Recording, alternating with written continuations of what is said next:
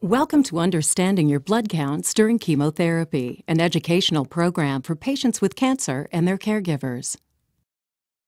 All cells in the body use DNA as a blueprint to divide into new cells that replace old, dying cells as part of the body's normal wear and tear process.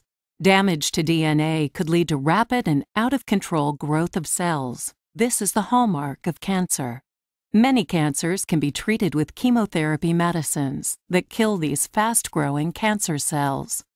Unfortunately, chemotherapy also attacks fast-growing healthy cells, including those that form hair follicles, the lining of the mouth and stomach, reproductive cells, and blood cells.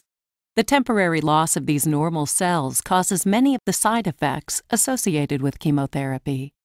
According to a recent survey of doctors, one of the most important side effects of chemotherapy is the impact on blood cells. To help you better understand the impact of chemotherapy on your overall health, in the program you'll learn what blood cells do and how they are made to help better understand the impact of treatment on your overall health. In addition to plasma, which is mostly water, salt, and proteins, the blood pumping through your body contains three main cellular components. They are red blood cells, white blood cells, and platelets. Each of these cells has a unique and important function. Red blood cells carry oxygen from the lungs to the body's muscles and organs and remove carbon dioxide, a waste product, away from tissues. Oxygen is critical to the health of your tissues and organs. Certain white blood cells fight bacteria that can cause infection by absorbing and destroying bacteria to help protect against infection. Platelets help stop bleeding by forming a clot and start the process of wound healing. Blood cells are continually renewed in a process that requires multiple growth factors made by the body. Your doctor will check your blood counts to make sure they are within a safe range. All blood cells and platelets are made in the bone marrow from unique cells called stem cells.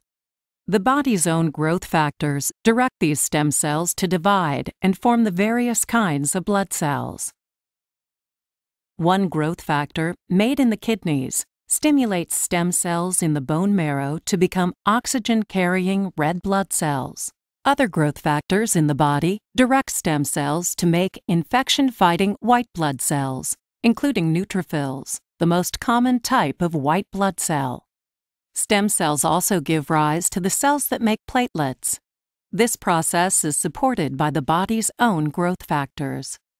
Certain types of chemotherapy can interfere with the natural process of blood cell production, lowering the numbers of red cells, white cells, and platelets.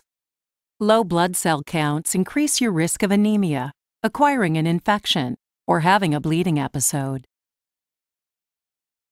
Talk to your healthcare professional about monitoring your blood cell counts during chemotherapy.